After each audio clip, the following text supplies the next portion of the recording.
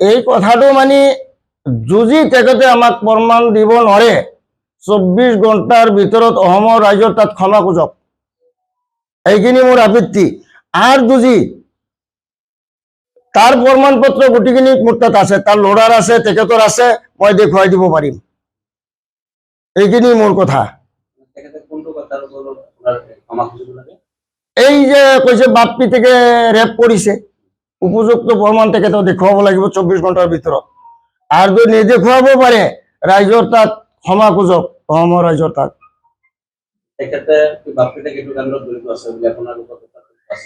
তেখেতে আমি মিছা কথা নকওঁ তেখেতে ল'ৰাটো যে নগাঁৱৰ পৰা ছোৱালী লৈ পেলাই আপোনাৰ গুৱাহাটীত গৈছে ধৰা খাইছে এইটো সঁচা মোৰ তাত তথ্য আছে আৰু তেখেতে যে ডকাইত কৰিছে এই তথ্যখিনি মোৰ তাত আছে তেখেতে কৈ আছে মোৰ ল'ৰাটো ডকাইত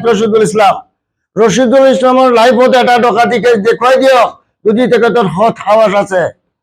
তাৰ লাইফৰ ভিতৰত আৰু তেখেতৰ আছে তেখেতে যে ডকাইতি কৰিছে মোৰ হাতত তথ্য আছে তেখেতৰ ল'ৰাটো যে ছোৱালী লৈ পেলাই ধৰা খাইছে মোৰ হাতত তথ্য আছে দৰকাৰ পৰিলে মই দেখুৱাই দিব পাৰিম গতিকে আমাৰ ধুবুৰী সাংসদ ৰকিবুল হুছেইন ডাঙৰীয়া ৰাজনীতি কেছত ইমানখিনি নিচত যাব নালাগিছিল সেইকাৰণে আমি প্ৰতিক্ৰিয়া ব্যক্ত কৰি আছো আজি কালি যেই কথাটো কৈছে যে বাপ পিতেকে এটা ছোৱালীক ৰেপ কৰিছে যিকোনো জাতিৰ কাৰণে লজ্জাজনক কথা গতিকে এই চৰিত্ৰটো তেখেতৰ বাপ পিতেকৰ আছে মোৰ হাতত তথ্য আছে গোটেইখিনি নগাঁৱৰ পৰা এটা ছোৱালী নি পেলাই গুৱাহাটীত তেখেতে ল'ৰা ধৰা খাইছে আৰু সি নিজে ডকাতি কৰিছে 50 কোটি টকাৰ ডকাতি কৰিছে মোৰ হাতত এইখিনি তথ্য আছে গতিকে ৰকিবুল হুছেইন ডাঙৰীয়া আপোনাক মই জনাই দিছো ৰাজনীতি ক্ষেত্ৰত ইমানখিনি নিশ্চয় আহিব নালাগে ইমানখিনি ডাঙৰ মানুহ হৈ পেলাই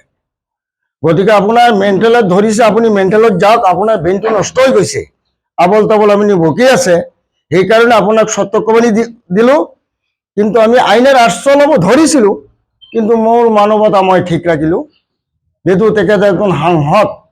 সেইকাৰণে মোৰ মানৱতা মই ঠিকেই ৰাখিছো আইনৰ ৰাষ্ট্ৰত আমি নাযাওঁ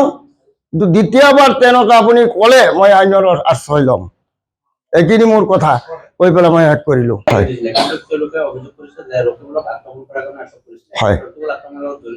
নাই নাই নাই এইটো মিছা কথা যদি ৰচিদুলৰ আক্ৰমণত জড়িত আছে আমাৰ তেতিয়া ফটো দেখুৱাই দিব লাগিব যেটো আমাৰ কেমেৰা আছিল কোনে কোনে আক্ৰমণ কৰিছে গোটেইখিনি ফটোত আছে ফটো দেখিলে পোৱা যায় ক'ত কিবা হলে ৰচিদুল আৰে ভাই আপনি তেনেকুৱা কিয় কৰে সামগ্ৰী সমষ্টিৰ ৰাইজে আপুনি বাপ পিতেকে যে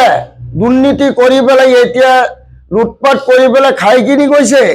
এইখিনিত অনুবাদ আপোনাৰ সামগ্ৰী সমষ্টিৰ ৰাইজে কৰিছে